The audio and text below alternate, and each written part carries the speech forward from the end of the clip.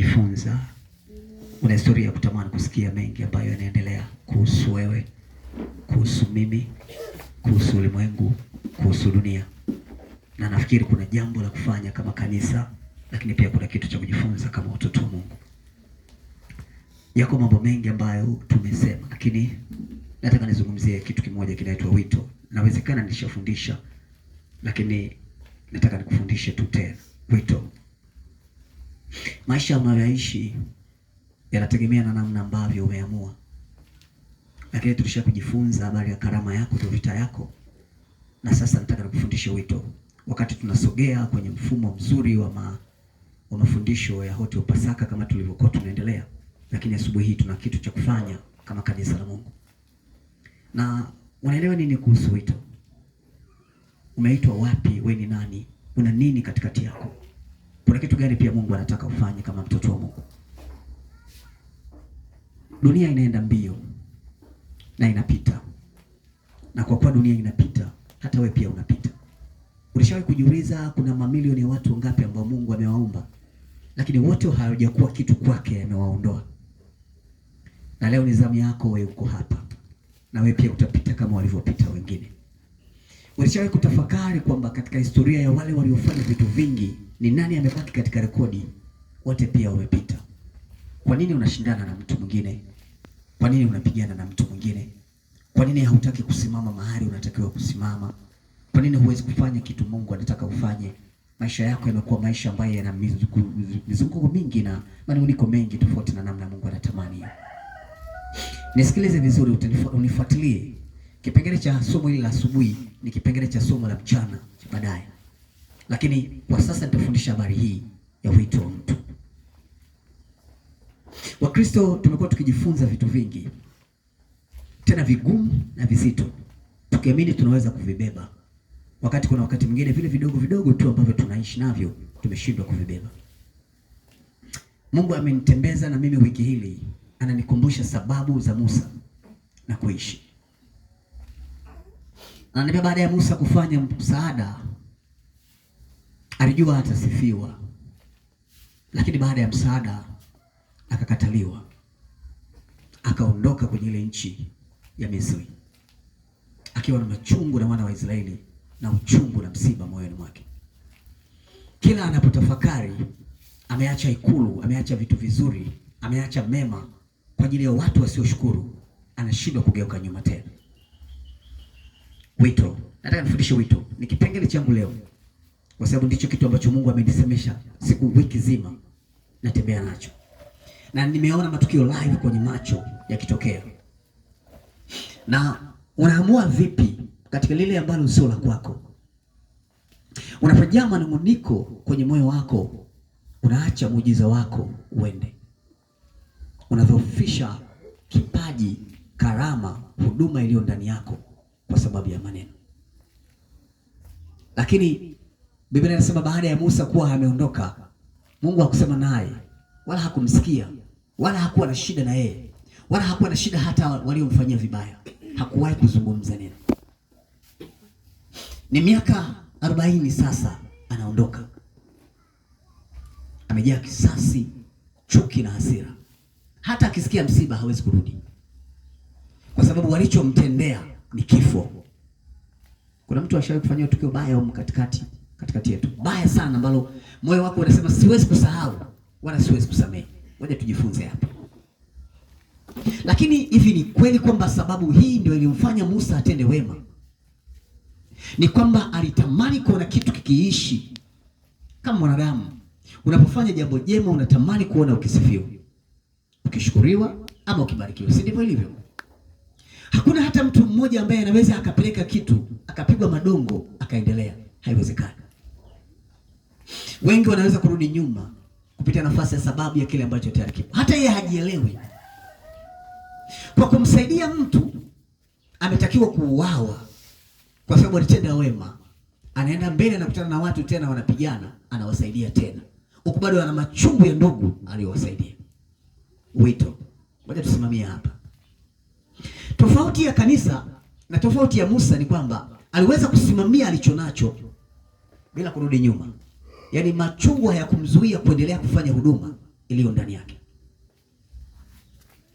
Na tunazungumza kwamba Mungu anaweza kukaa kimya pale unapotendewa jambo baya, asiseme kabisa, kwa sababu anajua lile ulilotendewa halina sababu yoyote ya kukufanya uwe ulivyo, ila anaamini kwamba unaweza kusimama mahali unatakiwa kusimama ili uendelee mbele. Amini. Kila kitu kinachokutokea kinakutokea kwa sababu, kuna sababu nyingine ambayo wewe huijui. Maisha yetu au mafikirio yetu kama watoto wa Mungu, huwa tunadhani au tunapenda kukwaa yaliyo mema. Yaani ufanye kitu ukutana na muujiza wako mbele, uone jambo fulani likiendelea mbele, hapo ndipo furaha yako inakuwa kubwa kuliko huzuni yako. Kuna muda unajikuta hauwezi kusimama na Mungu, hauwezi kusimama kwenye ibada, hauwezi kusimama kwenye kumtukuza Mungu, una mambo mengi. Lakini nikukumbushe, hicho ndio kitu Mungu amekuitia. Ndio kazi Mungu amekupa. Kwa sababu hapa kila mmoja atatembea kwenye eneo lake kama ilivyo. Na hata ukijaribu kumrudisha kwenye njia, atatembea kwenye eneo lake tu. Unapojaa manunguniko mbele, maana yake unafanya tofauti na namna ambavyo inatakiwa kuwa. Eti unajua kwa nini Mungu alimkasirikia Musa? Yaani yeye alitendewa ubaya, Mungu hakuwahi kukasirika hata mara moja. Ila pale ambapo Musa alifanya ubaya, Mungu alikasirika. Mungu alimtaka aendelee kufanya mazuri tu, sio mabaya, hata kama anatendewa mabaya. Akakaa miaka mingine 40, akadhani tukio lake limekwisha bila kutaka taarifa yoyote ya ndugu zake. Amekasirika. Hata kuna watu wana hasira hizo mbaya. Hizo ni hasira mbaya. Unaelewa eh? Au geuki nyuma. Kila unapowaza kwamba nilifanya wema, nimejitoa, nimekuwa sadaka, nimekuwa gharama kwa ajili yao, wewe wananilipai. Hiki kitu siwezi kuendelea naye. Kuna wakati unasema basi itakalokuwa naliwe, siwezi kurudi nyuma. Kwa kuwa wao wamenikataa, mimi siwezi kuwa msaada wao tena. Nisikilize, inawezekana kuna kazi yako, kuna kitu chako mbele yako katika hili. Lakini huu ndio ukweli. Jinsi unavyomtazama mwenzako mbele, kuna namna inawezekana usimfurahie anavyoenda. Kwa sababu unaamini mwendo wake hautakunufaisha wewe, utakupa shida. Na hatukasiriki kwa sababu mwendo wa mtu mwingine unatufurahisha. Tunakasirika kwa sababu mwendo wa mtu mwingine unatuzuia. Tunaelewana hapo? Kuna kitu ambacho kimekuwa sababu ya wewe kushindwa kuwa na hatua kwa sababu ya mtu mwingine. Musa yeye alikuwa anajua watu wataenda pale, watampigia magoti, watasema asante baba yetu, wewe ni wa kwetu, utakuja kuwa kiongozi. Mtu anainuka anasema, ni nani aliyekufanya wewe kuwa kiongozi wetu? Ni nani? Hata Yesu maneno hayo alimwambia, unakumbuka? Ni nani amekupa mamlaka haya? Akasema na mimi nitawaulizeni swali. Yeye hakuwa na mambo mengi. Ila Musa hili lilimuuma. Yeye Yesu kwa sababu alikuwa anawajua binadamu akawavuruga. Wakavurugika. Lakini Musa yeye alipaniki. Kwa sababu walichokifanya ni kumchochea na kumpeleka mbele ya Farao na kumpa ushahidi wa kila kitu mpaka yule mtu alipomzika na jinsi ambavyo alifanya. Alafu kibaya sio Misri, ni Waisraeli ambao ni ndugu zake ambao ndio amewasaidia. Ndio alipeleka kila kitu. Na shahidi anasimama mahakamani ni Mwisraeli mwenzako, ndugu yako, anakuchoma. Unarudi nyuma. Mtu kuna hasira, yani kuna watu wana hasira ziko hapa. Ni kama kepo, yani ni kugusa tu zinalipuka. Wala waende watu ni mbali. Na unaangalia kadiri unavyozidi unaenda, huduma ama kipawa ulicho nacho au namna Mungu alikuita, unazidi kurudi nyuma, hauendelei mbele. Kuna kitu kinapungua. Lakini siku ile nilikufundisha habari ya karama ndio vita yako, kwamba kuna jambo ambalo lazima li happen kwenye jambo ambalo umelifanya au unalo. Na mpaka unakufa, hicho kitu chako hakitakiwi kufanya kazi mpaka unakufa ili Mungu akupige. Kwa sababu Mungu akikuwekea huduma ndani, anataka kuona ikifanya kazi. Amekuita kwa ajili ya jambo fulani, anataka kuona ukifanya kazi kwenye kile alichokuitia. Umri unaenda. Kuna wakati ulikuwa unaweza kunyanyua magogo makubwa, saizi hauwezi kunyanyua. Umri unaenda. Unataka ama utaki, ndivyo ilivyo. Kuna vitu ambavyo kwenye maisha vinatokea tu, vinatufanya tunashindwa kuwa na hatua nyingine. Lakini nisikilize vizuri. Kuna namna ipo. Ni kweli, mimi sitaki kufundisha habari ya vitu vingi vikubwa vile ambavyo unafikiri mara tukanyanyua magogo kwa imani tufungue malango. Huwezi kufungua malango ukiwa hivi ulivyo. Huwezi. Huwezi kunyanyua kitu chochote ukiwa hivi ulivyo. Huwezi. Ndio maana Yesu aliwaambia, jaribuni kunyanyua mlima. Ulinyanyuka? huwezi kunyenyuka. Wale wana matamanio ya kuwa nani atakuwa kiongozi, nani atakuwa mkubwa baada ya Yesu kuondoka. Wao ndio vitu ambavyo wamevikalia. Hawawazi habari ya huduma nyingine. Wanawaza hayo, wanakasirikiana. Mpaka mama yake na wale wakina Yohana ikabidi aende tu amuombe Yesu. Mtoto wangu mmoja akae mkono wa kushoto, mwingine akasema hujui unaloliomba. Hata sisi hatujui tunachofanya. Wakati mwingine tunasali lakini hatujui tunachofanya. Na hii ndio sababu ya vitu vingi ambavyo tunavitaka kutotokea. Kwa sababu kama mtu hajaelewa, unamfanyaje kitu chake kitokee wakati yeye mwenyewe hajielewi? Ataleta faida kwenye kile ambacho kinatokea? Maana yake itakuwa ni hasara kwenye lile jambo. Musa akaondoka kwenye ile nchi kwa hasira. Na wao walikuwa wanajua hatoboi kwa sababu lazima afe.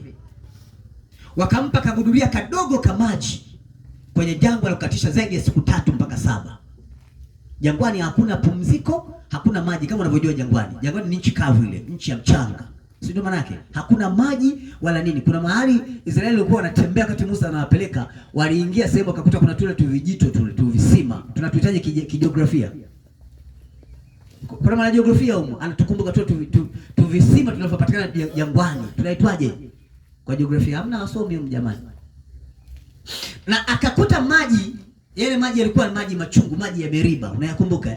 Aliyatupia gogo pale kipande cha mti yakabadilika kwa matamu. Wametembea kwa muda mrefu. Sasa Musa alikatisha mwenyewe peke yake. Ana njaa kali, ana kibuyu kama maji tu. Lile jangwa lilokatisha siku 7, yeye alitembea siku 3. Anavuka. Usiku na mchana. Kule usiku ni kama mchana, mchana kama usiku. Hakuna mahali pa kupumzikia.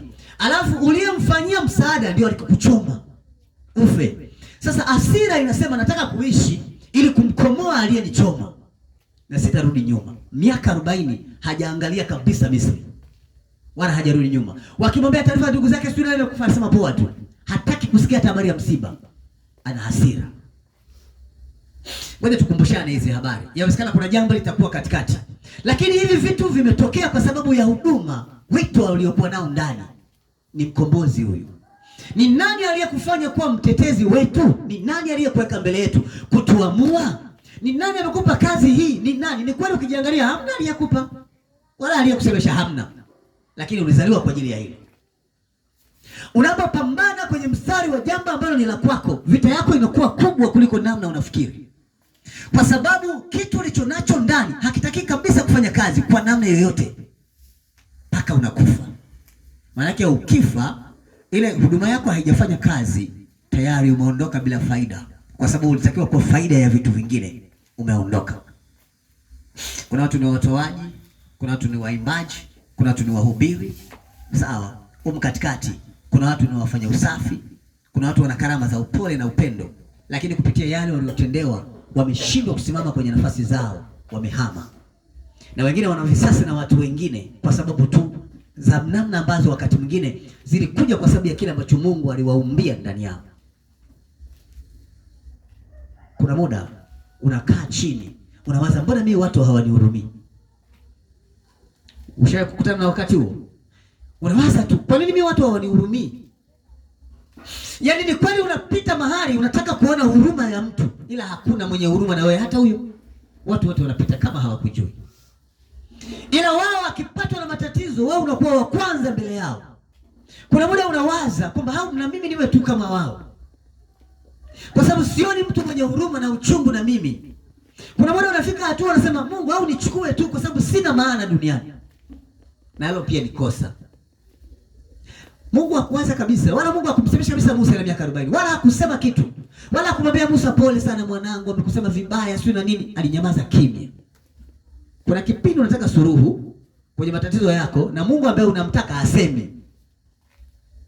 Unazungumza na watu vitu vingi, hata unaozungumza nao hawakupi msaada. Wengine badala ya kugeuka wanageuza maneno, ulioyasema yanakuwa fimbo tena. Unajikuta unaingia kwenye kipindi kigumu kupita namna ilivyo. Tuongelee hili kwanza leo, ili nikufundishe kitu cha kufanya. Yawezekana kuna jambo unaweza ukafanya katika wakati huu ukaelewa. Kufikia nafasi ya namna ambavyo iko ni ngumu.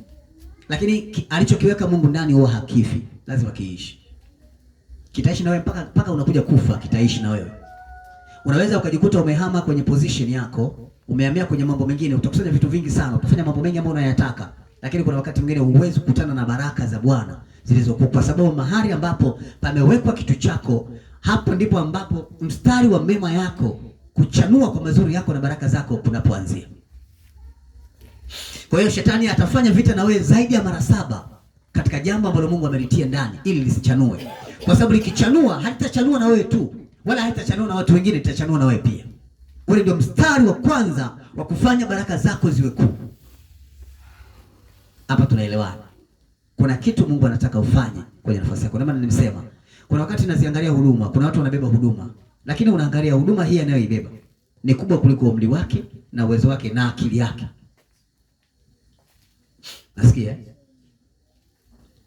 Kwa maana nataka nikomboe ardhi ya nyumbani kwangu. Kukomboa ardhi tu ya nyumbani kwako, wewe mwenyewe hujajikomboa. Inakombolewaje kati ya anayekomboa mwenyewe hana akili, hajui, haelewi, anakomboaje? Hata kama ni unakomboaje? Kwa hiyo maombi haya mengi yamekuwa hayana faida kwetu, hayaleti majibu. Mungu hawezi kufanya kihappen hata siku moja, hawezi kufanya. Hawezi. Mimi nakwambia utapiga hodi mara nyingi, hakitatokea. Kwa sababu tayari ni nje na kile ambacho kiko katikati yako. Muujiza wowote, jambo lolote ambalo ili litokee lazima lifanane na wewe, lazima. Ukisikia watu wanasema wewe na imani tu, imani inatakiwa iungane na tatizo lako ili itokee. Mwenye imani ya kupona ana roho mbaya, unaponaje? Uponi kwa sababu ndani kuna roho mbaya, ule ni uchafu. Maana kuna kitu kimetoka kwenye mstari wake kimehamia mahali pengine ambapo hapawezi kufanya huo kwa mtu mwingine. Uombaji hapa nafikiri tutakuwa tunabebana, tutakuwa tunaelewana. Mimi nataka usifanye huduma tu kwa sababu unafanya huduma. Unajua kuna muda mwingine unaweza kujikuta ndio yale sasa.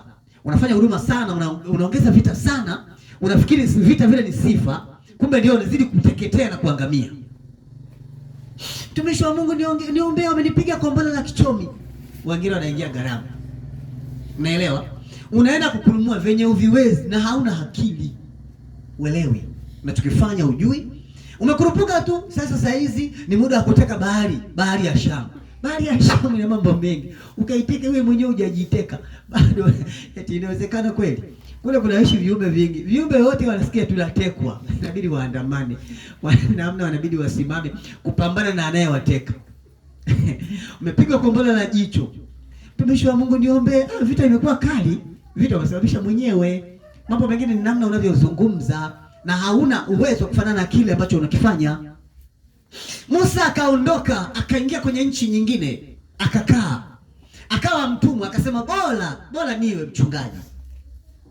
Yawezekana hata wa kondoo au ng'ombe wote nielewa. Unajua mchungaji siku zote anawapaga ng'ombe wake majina. Tusikia wewe George anamsota. Na kwenye kundi la vifugo unayoiongoza kuna mifugo mikorofi.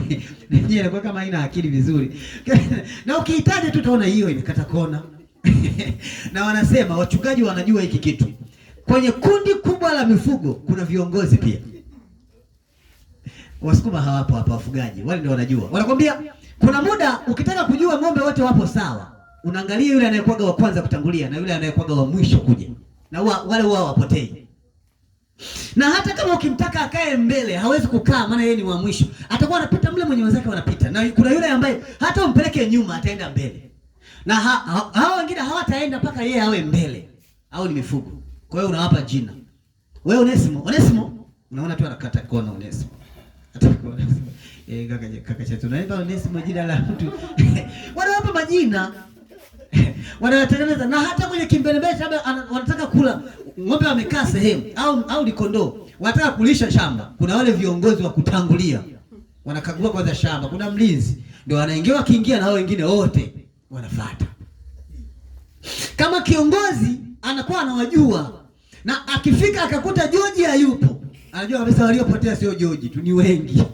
Kwa sababu huyu anakopita yeye ndiko wale wengine wanakoenda.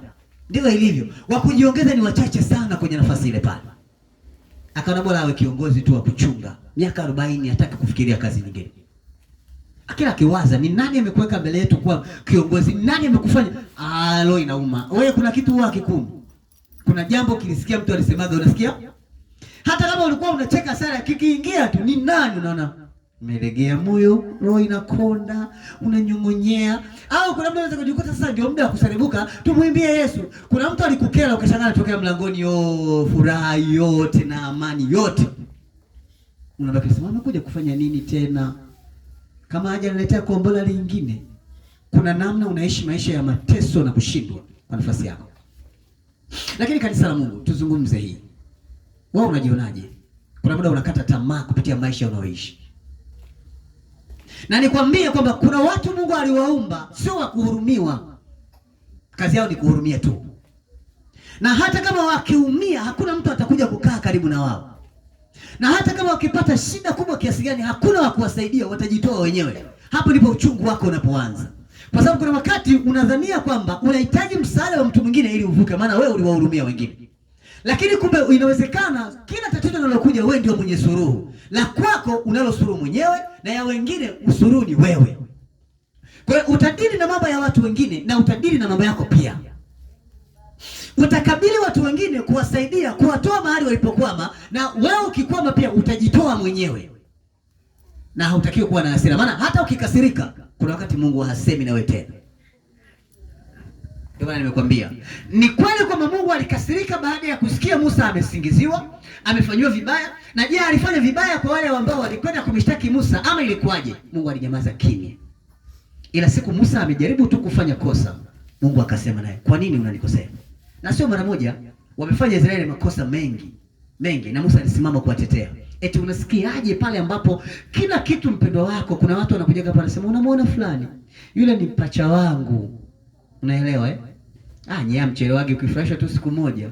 Unamwambia mwenzako, lakini kuna wakati unakuwa haujui pacha wako ndio mwiba wako. Na kuna siku tukija hapa tukikwambia vipi pacha yako, anasema naomba usinisemeshe tena kuhusu jambo hilo la pacha. Maana nilishakufa kitambo. Kwa sababu amekuwa kama adui mbele ya mwendo wako. Amekuwa kama kitu kama shida mbele ya mwendo wako. Lakini ngoja nikwambie kitu. Eti Mungu anataka uwe hivi. Kwamba ukiwa hivyo unaurithi ufalme wa Mungu. Unajua kwamba wanaurithi ufalme wa Mungu ni wenye nguvu. Unajua kwamba hakuna chochote kilicho kinyonge kitakachoingia mbinguni. Unajua hivi? Kwa sababu kama Mungu ataruhusu chochote kinyonge kuingia mbinguni, atakuwa amesababisha matatizo makubwa. Kwa hiyo hawezi kuruhusu jambo hili litokee. Na ukichokozwa kwenye asiri, unatakiwa ujibu asiri yako. Yaani mtu akikusema vibaya, unatakiwa kumbariki. Kwa sababu yeye ni mwenye asiri mbaya, wewe unatakiwa kumtengenezea na asiri yako. Kwamba amekupiga vile ili ajue asiri yako. Ukimlipa baya asema kumbe jamani good, tuko pamoja. Ndio yale tulikuwa tunazungumza. Kwamba katika namna ambayo unaishi, lazima ujifunze kuwa tofauti na namna ambayo unatakiwa kuwa na wengine. Kanisa, tuko pamoja. Yako mambo hayo, utakuwa msaada. Kuna tatizo limetokea mbele, siku unapata matatizo wewe, hakuna hata mmoja anayekuja kukuona. Unakutana na watu wanakuambia tu pole sana, mpaka wanainama chini. Maana wanakumbuka wema wako, alafu wanajua ulipata matatizo na hawajaje kukuona. Hawezi kuwa na ujasiri wa kuona, lakini kuna wengine wana ujasiri kabisa na kuangalia chini hadi juu. Kwa nini shida? Lakini vile ambavyo Mungu anataka uishi ni tofauti na namna ambavyo unaishi mwenyewe. Ndio maana Mungu ananiambia, nilimkasirikia Musa baada ya kufanya dhambi. Kwa sababu yeye sio mtu wa kutenda dhambi, ni mtu wa kutenda haki. Eti watu wanakela, amechoka, nitafanya haya mambo mpaka lini? Nilikuwa na miaka 40 ya kukua, nina miaka 40 ya mateso, nimeishi kwa shida na tabu, nimekubali kuwa mtumwa, nimetoka kwenye familia ya kifalme, mimi ni mfalme. Baba alitaka kunipa ufalme, Farao alitaka ampe ufalme, ameacha, amekuja kuwa kiongozi, amekuja kuwa mchungaji. Hivi inawezekana?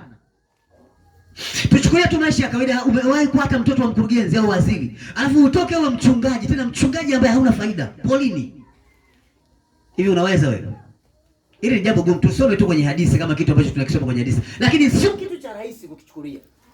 Kwenye maisha yako unaona kuna mambo mengine mageni ambayo inawezekana yakatembea na wewe tofauti na namna unavyodhani. Lakini huo ni ukweli kwamba kuna kitu Mungu anatamani ufanye kwenye nafasi yako. Eti kanisa, unajionaje? Tumezaliwa kwenye unamna fulani, ni kweli tunatoka kwenye maisha tofauti.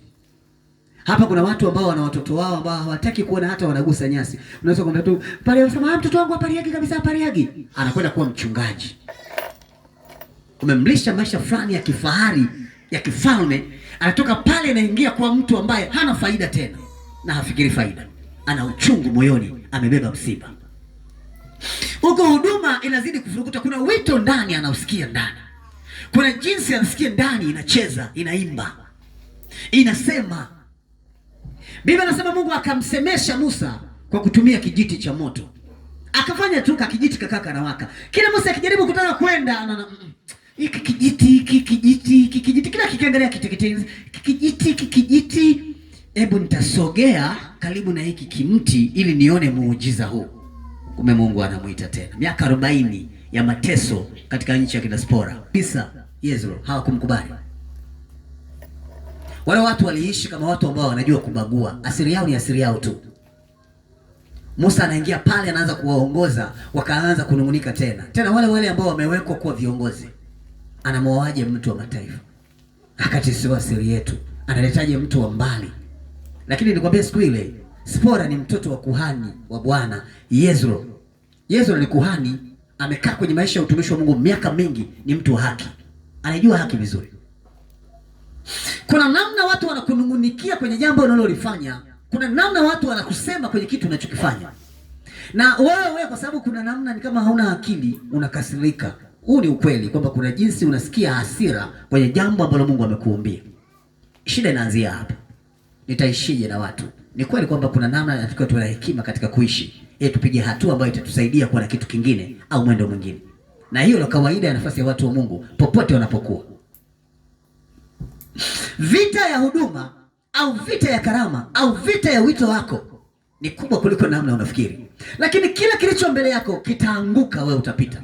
Hata kama kitakuumiza, lakini lazima kianguke kwanza, alafu upite juu. Usijifunze kunungunika, kwa sababu kunungunika kunarudisha nafasi yako nyuma. Uchungu na msiba unaleta mabaya na sio mema. Na wakati huu Mungu anataka kuona asili ya wema wako ikitokea. Ndio maana uliumbwa wewe kuziba pengo. Uliwekwa hapo uzibe pengo, udhibiti mfumo fulani. Unaelewa? Yesu alianguka mara ngapi? Mara 3 na msalaba, lakini aliinuka nao. Yaani kuna muda unaanguka na msalaba, sawa, umechoka, ila unatakiwa kuendelea mbele.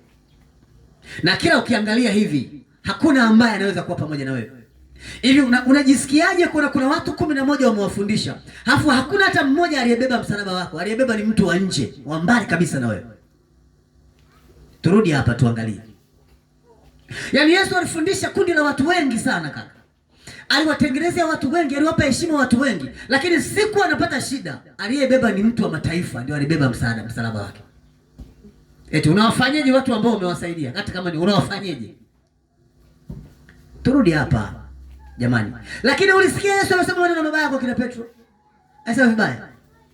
Wale ndio walikuwa kama wababe anapopita, tena mpaka akaonyesha muujiza kabla hajaondoka, aliwapa nguvu, wakaenda wakafanya maajabu, wakatenda vitu ambavyo hawajawahi kutenda, wakatoka kule wana furaha. Petro anajigamba, anasema mimi utakaposimama tasimama mimi. Alikuwepo wakati wa ile kisheshe? Alikuwepo? Hakuwepo kabisa. Tena alikuwa mbali anachungulia kila wamemchapa mtama blaza. Hili jamani napiga vibaya, lakini huwezi kujitokeza. Huwezi kuwa mbele. Lakini unajisikiaje? Ndio maana nasema kuna muda tunawekeza, tukiamini tunawekeza watakuwa msaada kwetu. Si sawa. Tunaamini tuna vitu tunafanya kwa wale ambao tunawafanyia watakuwa neema yetu baadaye. Lakini haiko kama ambavyo iko. Kuna muda unasema tenda wema nenda zako, usingoje shukrani. Unachoweza kufanya, fanya tu. Usisubiri kulipwa katika lile ulilolifanya. Wala usifanye vibaya katika lile ulilolifanya, maana utachafua rekodi yako katika lile ambalo utalilipa. Pale ambapo wabaya wako wanafanya ubaya sana, ndio wakati ambao wema wako unatakiwa kuonekana sana.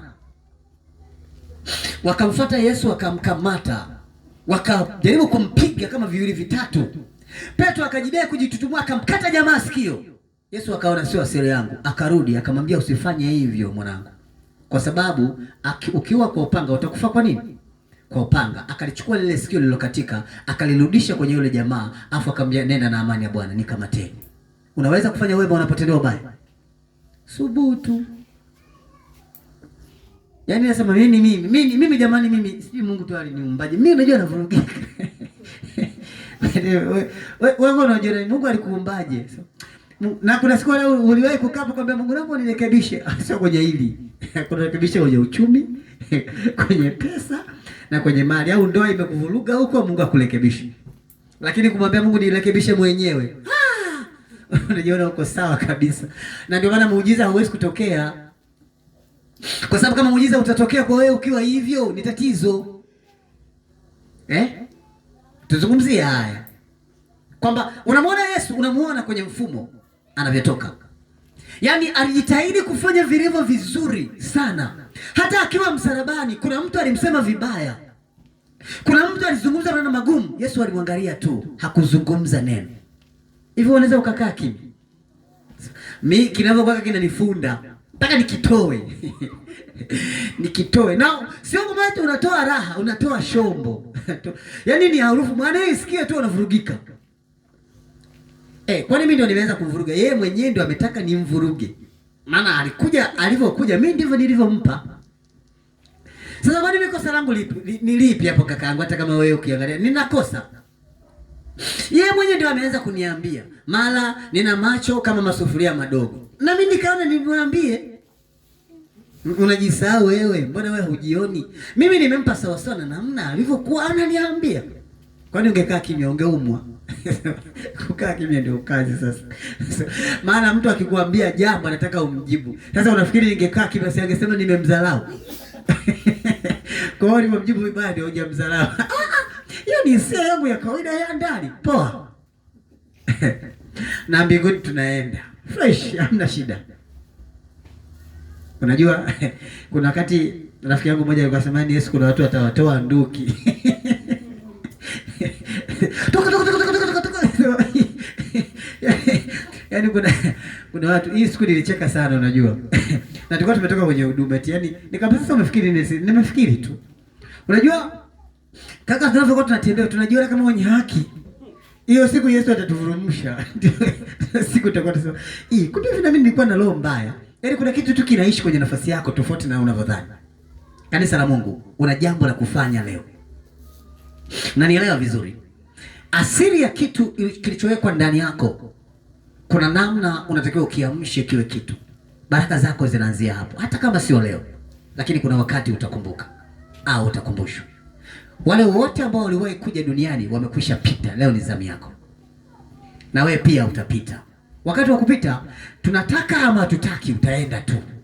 Unanielewa? Tutalia ama tutazimia, utakuwa umekwisha kwenda. Kule unakoenda ndio sehemu ya nafasi ya bajeti yako ya baadaye. Tunasema tuna muda wa kuishi. Unajua haya tunayofanya leo ambayo yanatuumiza, lengo lake ni tubaki kwenye maumivu. Tubaki kwenye mateso, tubaki kwenye shida, tubaki kwenye mateso, tubaki kwenye laana. Lakini tutakavyoamua kufanya, maana yake tutatembea kwenye mstari mwingine. Ndio maana unaona Yesu alijitahidi sana kuwa mwaminifu na mkamilifu kwa sababu alikuwa anajua ile ndio huduma. Na nielewa. Leo kumezaliwa huduma nyingi sana, nyingi. Unajua kaka, sasa kuna huduma ya kuteka miguu yako. Tunateka miguu. Yaani kuna mambo ambayo ukiyasikia unaanza kuona kabisa iko shida katikati ya watu ambao wanafanya. Na uli ukweli kwenye nafasi yako iko shida kwenye mfumo wako. Ndio maana nimesema kuna nyewe ni mashahidi. Kuna huduma nyingi imefanya zimetokea. Haziji. Na sio kwamba hazije, sio kwamba zijatokea tu hizo, na zingine mtakazofanya hazitokei. Mpaka ubadilike. Maana ukubwa wa huduma yako unakuja kulingana na jinsi ulivyo. Muujiza wako, ngoja nikwambie hili jambo. Muujiza wako unafanana na namna ulivyo. Yaani ile kitu chako kiote lazima ufanane nacho. Ile mtu ahamishe mlima, teke bahari, lazima ufanane na bahari. Mambo yako, mawazo yako, akili yako iendane na kile ambacho unakifanya. Sasa hapa kuna mambo tofauti mengi yamekaa na wewe, kinakujaje? Kinakujaje wapendwa? Kinakujaje? Hata yeye mkijiangalia kinakujaje? mafarakano hayaishi. Kuna mtu ulijidai tu umesimama ndio umekuja hapa kusema baba, nimesikia neno kuanzia leo naanza hatua, amekuchapa kofi moja tu hapo umevurugika. Uwezi tena kuendelea mbele. Si sawa? Uwezi tena kuishi maisha safi. Ni sawa. Lakini unajua? Ushawahi kumuuliza Mungu eti Mungu uliniumba wanihurumie? Mungu akakwambia, wewe si wa kuhurumiwa. Sema hapo sasa nimeelewa. Sasa nataka nikaze. Na unavyokaza na shetani naye anakaza. Tena anakugonga maeneo ambayo anajua unakasirika. Kitu ambacho Musa hakukipenda zile zamani ni kukataliwa. Ndio maana kilimuuma. Na wewe una kitu kimoja ukipendi kwenye roho yako. Kuna mambo ambayo kwenye moyo wako upendi kuliko kitu kingine. Huo ndio msumari wako mkubwa kwenye jela lako. Unaelewa eh? Hata wapo tuko hivyo, wengine ni hekima, sawa, wengine ni maarifa, wengine pia hatujapewa hekima. Kwa hiyo ukifika sehemu yapo unalopoka tu ropo. Utajua wenyewe watakaosikia. Kwa hiyo jinsi ambavyo umelopoa watabaki wengine wanatafakari, wewe ulikwishaenda. Na kuna watu hapa duniani ni kama Mafarisayo, ni kama yani muda wote ni watu wa idadi, watu wa tathmini. Alivyotembea hakutembea sawa, na tumiwani twao wameweka na kamkono mfukoni. Kwa jinsi kama angekuwa ni mtu mwenye akili asingejaribu kuzungumza vile alivyozungumza tena mbele za watu. Sawa Mafarisayo wamekaa. Yaani hata ukisema kitu hawapigi makofi, kwanza mpaka waweke tumiwani kidogo pembeni ndio wanapiga. Tena iwe hoja imewagusa. Ukizungumza unasema hivi ulielewa mada alikuwa anazungumzia. Mimi nilikuwa naona anatupotezea muda tu. Unajua kama ni mimi ndio ningekuwa kwenye nafasi yake, nafikiri nisingefanya kama alivyofanya. Ule ni upuuzi ule. Kuna mtu mwingine na yeye ambaye na yeye kimbele huwa ukimpeleka huku anajibu hivyo hivyo, ukimrudisha huku anajibu hivyo. Yeye hanaga mengi. Sina wengine tuko hivyo jamani. Yaani ukitaka mtu anasema vibaya wewe unaunga. Ukitaka mtu anasema yule ni mtu mzuri sana unaunga. Yaani wewe haujulikani ni wa wapi. Upo tu. Na kila mtu ana wafuasi. Sasa wafuasi sasa. Hivi uliona sawa sema. Kwani mtumishi wao ulionaje? Haikuwa sawa. Ni kweli kabisa haikuwa sawa. Yaani anasubiri wewe useme ndio na yeye aseme. Ila ukimuuliza wewe ulikuwa unaonaje? Nikwambia kwani wewe ulikuwa unaonaje ili akuunge hoja. Yana mambo mengi. Yaani na akikutana mtu mwingine fulani anajiona, umemwona hata umemwona? Mimi mwenyewe kuna kata sema, iko siku tena atakufa vibaya sana yule jamaa. Lakini nitusaidia nini kanisa? Kuna namna ya vitu ambavyo lazima vitembee na wewe kwenye mfumo wako. Nafasi yako ndio ile kufanya uishi hivi unavyoishi leo. Najua kwamba una hasira, najua kwamba una magumu, najua. Ndio maana unaona ukiwaangalia kuna namna tunatembea, unaona kabisa ni kama kuna mtu ambaye amekosa kitu fulani, amevurugika kwenye nafasi fulani. Na kwa sababu ya wingi kuna wakati unaomba, unaona mambo hayatokei. Unajikuta unaweza kuwa kama mwehu, kama kichaa. Unaelewa Sasa kaka anatuingilia waombaji. Mimi siwaingilii, lakini nasema tu kwa nafasi yangu. Umevurugika. Mambo yote uliyoomba hayajatokea hata hilo. Yanatokeaje ukiwa na hali hii? Ndio maana nimesema ukitoka kule sasa unaanza kukutana na mashambulizi ya kitu ulichokisababisha. Ndio mambo ambayo yanaanza kutokea. Lakini wewe ni nani? Unatakiwa usimame. Mungu anataka usimame wapi? Barabara yako ni ipi? Hapo.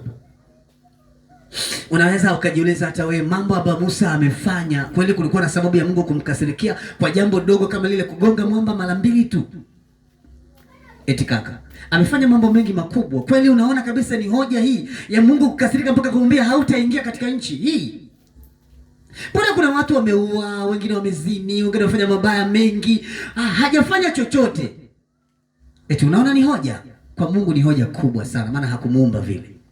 Hata wewe Mungu anaweza kukukasirikia kwa maamuzi unayoyafanya kwa sababu hakutaka uwe hivi. Pigo ambalo alimpiga Daudi ni pigo ambalo hajawahi kupiga mtu mwingine, kwa sababu Daudi sio vile. Daudi sio kutembea na mke wa mtu, sio kabisa. Eti wewe unaonaje? Kuna mambo ambayo nasema sasa hapa kuna kitu unakiona kwenye mfumo. Nimesema usichoke. Inuka mahali ulipo, tuendelee mbele. Kwa sababu kuna kitu Mungu anataka ufanye katika wiki hizi. Kuna namna imekuwa. Naona kuna mtu anaweza akajitahidi na yeye akawa kama mtu wa Mungu, kasema tu amekuwa mtu wa shetani. Kaenda. Kwa sababu kuna namna uwezi kustahimili unavyoviona. Sawa. Nilikwambia siku moja mtu wa Mungu hana adui. Watu wengine wakaanza kusema adui wapo tu, kwa sababu dunia huwezi kukaa bila adui. Unaweza kukaa bila adui, kwa sababu kukaa bila adui ndio kuleta amani ya maisha yako. Unaelewa? Ukishakuwa na adui, kuna mambo yanajifunga, kwa sababu kuna wakati hautatembea kwenye mstari wako, utatembea kwenye mstari wa adui yako. Nje na namna unatakiwa kuishi. Wewe ni mnyenyekevu. Kuna mtu aliumbwa kuwa mnyenyekevu. Sasa kwa nini unaogopa watu kukusema vibaya wakati Mungu alikuumbia unyenyekevu? Ukiona mnyenyekevu amekasirika, eti ni mnyenyekevu huyu, sio. Alikuwa anaigiza kuwa mnyenyekevu. Ndio maana yake. Na sio kama eti shetani anakujaribu kidogo, anakujaribu mpaka aone kabisa ndani mle umefanya maamuzi ambayo ni sawa, kama alivyokuwa amemjaribu Ayubu. Ayubu analea machozi, anaona kabisa kwamba haya machozi yanatoka rohoni, kwamba Baba, kwako vilitoka na kwako vinarudi, jina lako libarikiwe. Akajua jamaa kimemuuma, mpaka amesema kimemuuma. Kwa hiyo unashikwa mahali ambapo ni pa kwako, lakini hakuwahi kuacha kutoa sadaka mpaka vitu vyake vyote vinateketea, bado anamtolea Mungu sadaka. Hivi inawezekana? Mtu anafanya hivi, tunajua tunajiwekea akiba, anasema ukizaa watakulisha, ndio watakulisha, baadaye ndio watakulea, sema baadaye ndio watakuzika. Haya, ndio mtoto wako hataki kukuzika. Sasa mimi mtoto wangu sitaki kunizika, ni kulipiga laana tu. Sasa mazingira ya maisha unaoishi ni tatizo. Unaelewa Umewekeza sana mahali ambapo ulidhani pana msaada wako, lakini wewe sio hivyo. Kuna namna Mungu ametumba, kila mmoja amemuumba kwenye nafasi yake. Ndio maana nimezungumza asubuhi hii leo kwamba kuna kitu Mungu kinafanya kwenye wito wako. Wito wako una namna Mungu anataka usimame. Musa anarudishwa tena kwenye taifa, kwamba rudi ukawatoe wale ambao walikukataa, wale ambao walisema wewe ni nani, wale na kurudisha kwao tena. Akajaribu kupinga pale, akasema maneno mengi sana, akakataa, akagoma, lakini Mungu akamwambia utaenda. Kwa kuwa Mungu anajua iko roho yake ndani. Wala Musa hakuwa mwenye jeuri sana. Alirudi. Anaingia tena katika nchi ya Misri. Zaidi ya miaka 40 hajakanyaga. Miaka 80 anaingia kwenye ile nchi tena. Ana umri wa miaka 80. Fikia pale anaangalia watu. Hadi wale waliosema ni nani aliyekufanya kuwa mwamuzi bado wapo. Kuna wakati ukiangalia unaangalia tu chini, huwezi kuangalia kabisa, maana unajua lazima watalopoa mengine. Na pale kuna watu wanafungwa kuwa adui zako na vipingamizi pale. Kila ukifanya nakwambia hapana, hapa angefanya hivi. Nimekwambia kuna watu wanatembea ni wanatathmini, hata mnadhani watakuwepo. Watathmini. Sawa, yaani kila hoja ikizungumziwa wao na hoja nyingine katika hoja ambayo imezungumzwa. Haikuwa sawa kabisa, haikuwa sawa. Hadi kwenye ndoa wako hivyo ukizungumza unaona kabisa mke wake aliyemuoa ni shida na yeye ni shida. Sasa oaneni wote wanatathmini. Ni tathmini tu ndani, tathmini tu. Vyombo sivyo tathmini. Asije vyombo vilikaa tathmini. Bafu liliweka mahali ambapo sio penye tathmini. Nasikia kitu chochote kikikaa mahali pasipo kwake ni uchafu. Tajua mwenyewe. Ukikuta ndoo kitandani ni uchafu. Sawa. Sawa. Wanatembea kama hawezi kufa, kama hawawezi maisha. Yaani wapo tu. Lakini wewe unajionaje kanisa la Mungu, unajionaje? Sawa. Huyu ukimsema yani kukupeleka mbele ya sheria na huwa haachi mpaka alipwe. Kulingana kwa kuwa amekubali, alinifanyia kesi na kosa, naomba nilipe mheshimiwa. Naomba aje kuachia. Na mheshimiwa asubiri kidogo, na akishanilipa naomba pia mpige faini kidogo ili iwe fundisho kwa watu ambao wanaweza kunitazama kama alivyonitazama yeye. Na vitu vingine sasa kabisa. Anaweza kushangaa kushana naye tu njiani hujamsalimia. Unaachaje kunisalimia? Unaachaje burudi hapa? Rudi. Kuna maisha yanabadilika jamani wapendwa. Yaani mtu hivi akilisi mbingu inakuwa ni tatizo. Maana anaweza akajikuta hata malaika tu amepita bahati mbaya. Sasa hebu rudi malaika. Rudi, unapitaje mbele? Hoja inakuwa ni nyingine. Tuna mambo ya kufanya mengi kwa watoto wa Mungu. Unatakiwa kuwa mnyenyekevu. Yesu alilipa mema tu. Unaelewa Anafanywa vibaya analipa mema. Palikuwa na mtu pale alikuwa na shida. Ukisoma vizuri Biblia itakwambia. Na kuna mtu ambaye alikuwa ana chongo cha miaka. Baada ya kuwa wamechoma mkuki, ile damu ililuka ikapiga jicho likawa zima pale pale. Hajaacha kutenda mema mpaka anakufa. Kuna kitu kasimamia. Na hili ndio agizo kwa watu wa Mungu. Hata nyinyi mnasema mnataka kuwa watu wa Mungu, hili ni agizo. Ukijidai kufurukuta, ukafanya tofauti na Mungu anataka, wewe sio mtu wa Mungu. Unataka ama hutaki. Kuna mtu kakuuzi ama hajakuuzi. Ukiwa nje na njia ya Mungu, wewe sio wa Mungu. Ukiamua kujitutumua kwamba ngoja, si amemwaga maharage, ngoja nitafanya ambavyo havijawahi kuonekana, bado Mungu hawezi kukutazama kama mtu wake. Unanielewa vizuri eh? Ulikuja hapa ukasema, Yesu atoa mfano kwa wale watu wawili waliopanda hekaluni. Ni kweli kwamba kuna watu ambao wanajiona wao wana haki ya kila kitu kwenye maisha, lakini haikuwa hivyo.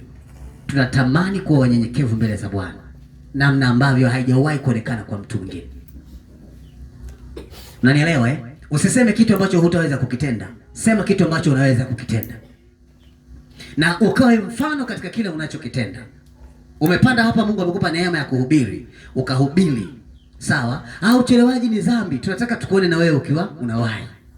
Sio kwa sababu watu hawajafika kwenye wakati wako basi umeona uchelewaji ni tatizo kubwa. Tunataka tuone unafanya maamuzi na wewe pia. Umezungumzia habari ya roho mbaya. Tunataka tukuone pia na wewe unaacha ile roho, unakuwa na roho njema. Maana na wewe kuna kipande watu wanakaona. Kuishi ni kazi kubwa. Lakini wanasema unaweza kuamua kuwa vile ambavyo unatakiwa kuwa. Kanisa tuko sawa eh? Na ndivyo tunavyoamini. Mimi nasema kuna siku zote huwa kuna kipindi na kalili. Yaani nikimkuta mtu hapa mapema ile saa 12 labda na nusu, najua huyu ni mfanya usafi. Unaelewa eh? Kwa hiyo ukakuta tofauti kama nilivyokuta leo, nashangaa. Unaelewa, ndio nimekuta tofauti. Kuna vitu yani hujawahi kuviona. Unajua kabisa yani hapa. Na zamu ikipita mpaka zamu. Yaani ukimwona kuna mtu amefika leo saa 8 na dakika 20, saa 8 ni mwenye huduma. Yuko busy. Unaona kabisa akai akapakaliki. Unajua kabisa kweli huduma tu ikipita. Atakuja tumemaliza sifa na maabudu. Unaelewa? Kwa hiyo siku ukamkuta mahali unajua kabisa huu ni uchafu. Ukikuta mahali ambapo sio paki. Kitu chochote ukikuta mahali ambapo sio paki, si unasema ni uchafu yaani hajazoeleka kuwa hivyo alivyo. Sawa. Ni asili jamani. Lakini ni nani ambaye hajui kama kuchelewa ni dhambi? Anajua. Lakini kuna wakati unasema tu nilikabiliwa na hali ambayo ilinikabili na nini na nini. Kwani nikiwahi mimi mwenye kipindi? Lakini tunasema kuna muda unatakiwa kuna muda wa tafakari kwa ajili ya Mungu wako na maisha yako. Kanisa la Mungu, nikutakie neema ya Bwana, upendo wa Mungu, mazuri ya Mungu, baraka za Bwana kwenye kila kitu ambacho unakifanya, lakini lazima ukubali kukaa kwenye nafasi ya kile ambacho Mungu anataka ukae.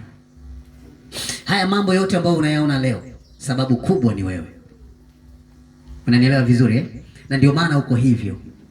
Wanaoshindana nao wanashindana kwa ajili ya kile ambacho kiko ndani yako. Hawashindani nawe bure. Wanaamini kuna jambo ambalo linaishi kupitia nafasi yako. Sasa kwa kadiri ya namna ambayo tunatembea sisi kama watoto wa Mungu, lazima tujue ni kwa namna gani sasa tutakava hizo nafasi.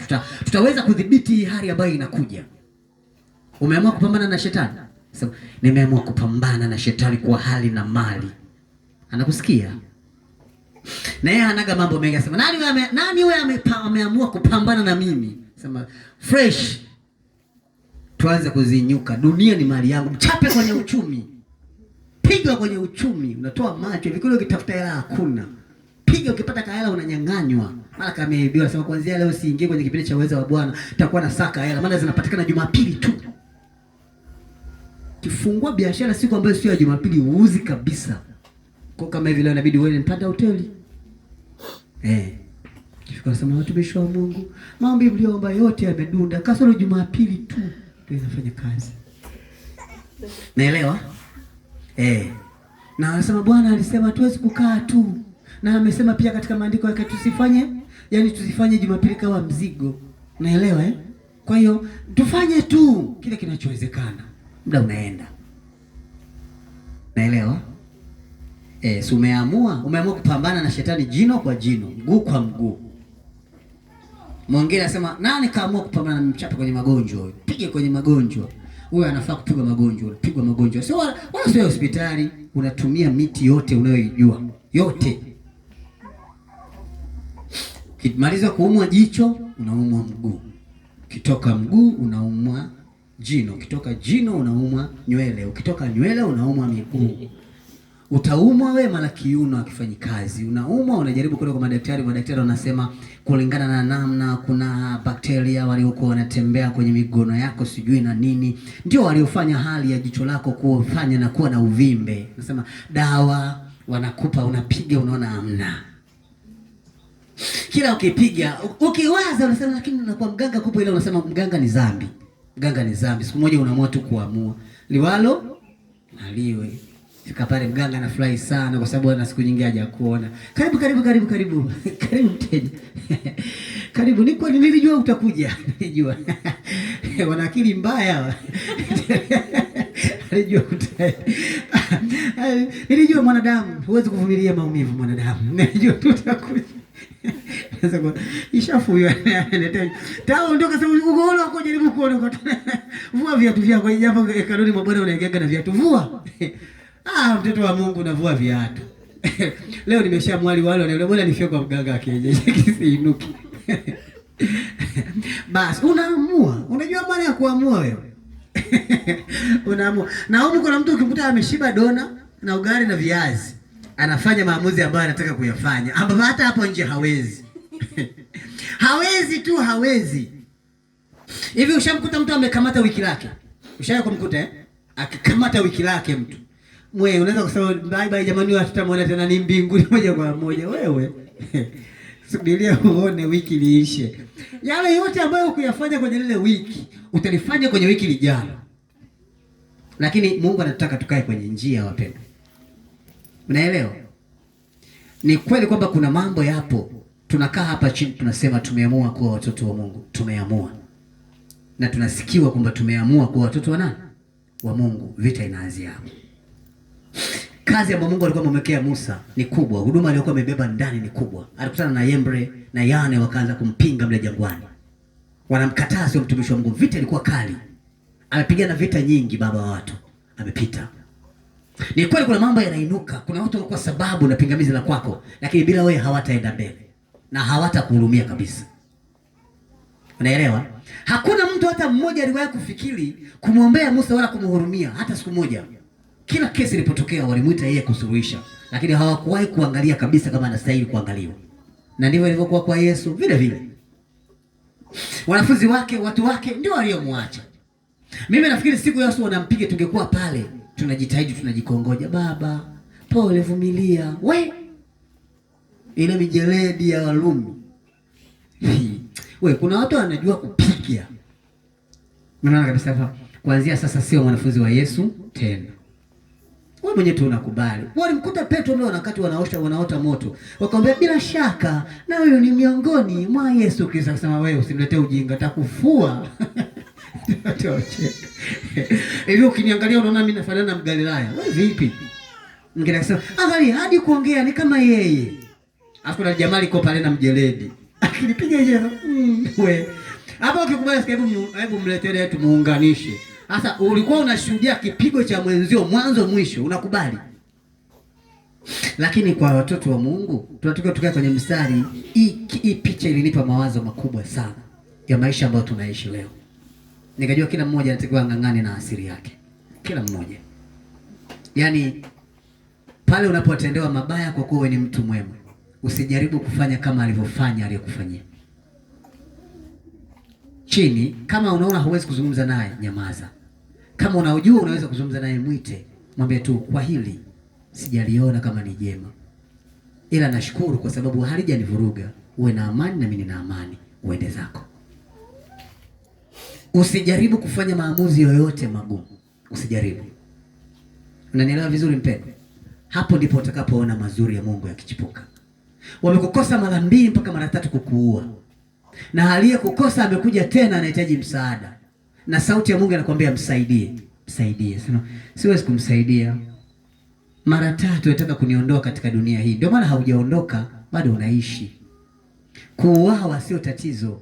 tatizo ni umekufaje. Si kweli? Unajua kufa sio kitu, kufa sio dhambi kaka. Kufa sio dhambi, ni haki kabisa ya kila mtu, anatakiwa kuonja mauti ili ufufuliwe baadaye. Na ndio maana nimekwambia kuna wakati wenye haki wanatamani hadi yani wao hawataki kwenda kufa, ila wakiamliwa kufa wanakufa tu. Wala wenyewe hawana shida. Sio huyu tu, hata Stefano alisema, Baba mikononi mwako naweka roho yangu, wasamee maana wajua wanalofanyaje. Si alisema? Wewe unasemaga? Sema mimi watakuja kunitafuta kaburi. Mahali nilipolala kuna msukule unaamka wenye hasira. Unataka kisasi na watu wake. Lakini kwenye maisha ya mtu wa Mungu, kaa kwenye nafasi yako. Usijaribu kufanya tofauti na namna unavyotakiwa kufanya, kwa sababu agizo la Mungu ni kuishi kwenye mstari wa mema. Nilikaa siku moja, ndugu yangu mmoja ananiambia, kaka, nasikia kuchoka. Nasikia kutoendelea mbele tena. Nasikia kila ninayemtendea ni kama hana fadhila na mimi. Nimechoka, nimekata tamaa. Sitaki tena kuendelea. Nataka niishi maisha ambayo wao wanaishi.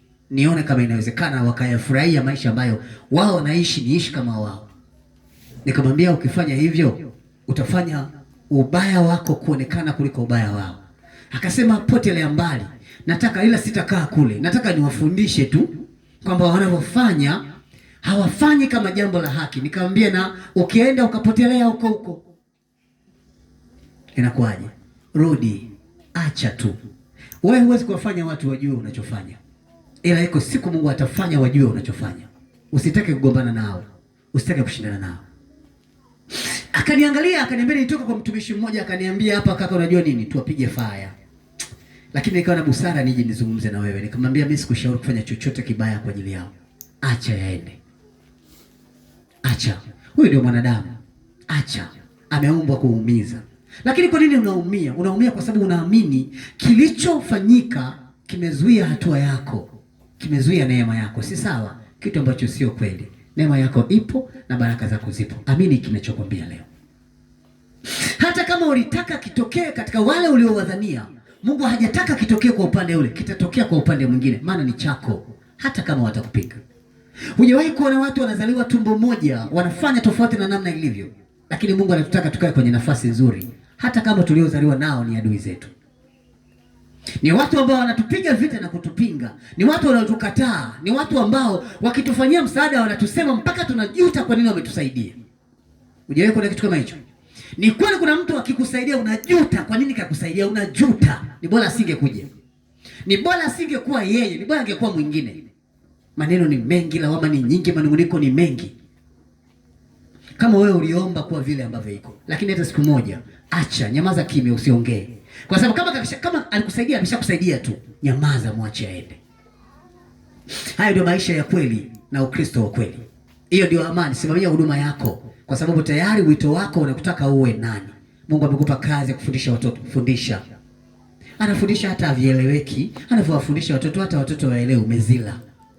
Unatengeneza mfumo mgumu, kwa sababu iko siku wataelewa ulikuwa unatengeneza kwa ajili ya familia zao na maisha yao.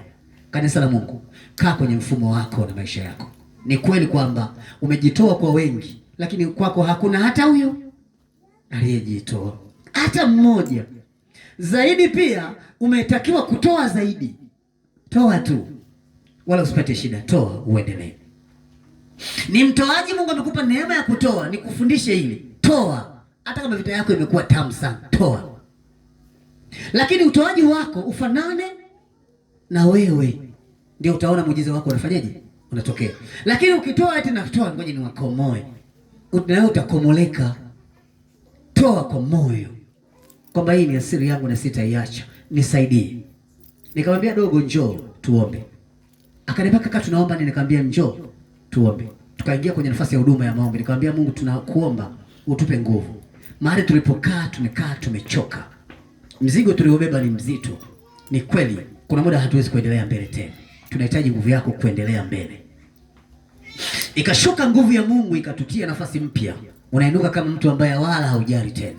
Unaendelea mbele. Unanielewa? Usifike ukamwambia Mungu, wai.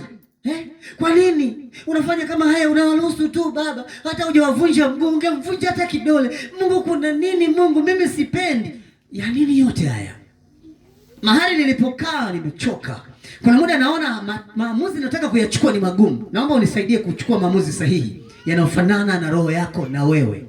Naomba unifarishe upya nguvu yako, niinuke kutoka hapa nikiwa mtu mwingine nitakayejua kufanya mazuri zaidi kuliko nilivyofanyiwa. Hiyo sauti Mungu anaisikia na aipenda sana. Huwa hachelewi kujibu. Ukiinuka pale ni mpya. Unaelewa? Uchungu umeshindwa kuniondoka Mungu, hili ni wiki la kwanza. Ni shetani limezidi tu kung'ang'ania, limezidi. Hebu litoe niwe na amani. Mungu anamtoa, unakuwa na amani. Yaani ni rahisi wapendwa wangu. Ukianza kufikiria ulichofanyiwa, utakaa hapo siku nyingi. Baba, ni kweli ni hiki ulinijalia nikawapa. Ni hiki, lakini ona alichonilipa. Nasikia kumlipa kama alivyonifanyia. Nasikia kabisa na naona niona. Lakini nisaidie kuchukua hatua sahihi katika hili. Nisifanye hivi alivyonifanyia. Ila ni kweli nasikia kulipa. Kuanzia leo Mungu, mtu akipata matatizo sitoi chochote. Nimeshasema sitoi chochote. Kwa sababu mimi nilipopata hawajatoa hata 10 yao, hata 100 yao. Mungu alikuwa ameshakupa fungu. Linatosha. Ni kweli kwamba umepigana mwenyewe, umemaliza. Mungu hakuhitaji nafasi zao. Wangekupa alafu akakusema, ungeumia tena. Alitaka utumie cha kwako, mshukuru. Mwambie tena wakipata matatizo nipe nguvu, ni wa kwanza kufanya kama nilivyofanya juzi. Alafu tuone sasa nani atakulaumu mbele yako. Unaelewa? Hapa tukisema haya, labda tumchague mdada mmoja. Haya dada, njoo kae hapa. Alafu hawa ndio watakuwa wanatakiwa kwenda mbinguni, wewe ndio unatoa hukumu. Haya, wanaanza wa huku. Wewe ndio unawapa sasa hukumu mdada. Huyu unaona alikufanyia nini? Anasema huyu ni mbea. Jana. Tukakuweka tu hata wewe hapa tu hukumu. Utahukumu wote umdada. Eti unajionaje? Eti mama tukakuweka wewe hapa tukasema haya, hili ndio kanisa la Bwana, watu wanatokea kwenda mbinguni. Haya, watu wale hukumu. Maana wewe mwenyewe unajua madhaifu ya kila mtu. Anasema huyu ana kiburi, atawasumbua malaika. Huku. Huyu hapa, huyu anaongea sana. Anaongea sana, mbinguni atatusumbua. Huku. Huyu ana kiburi cha uzima. Huku. Huyu ni mtetaji. Alafu usimpendagi tu kutoka lahoni. Huku.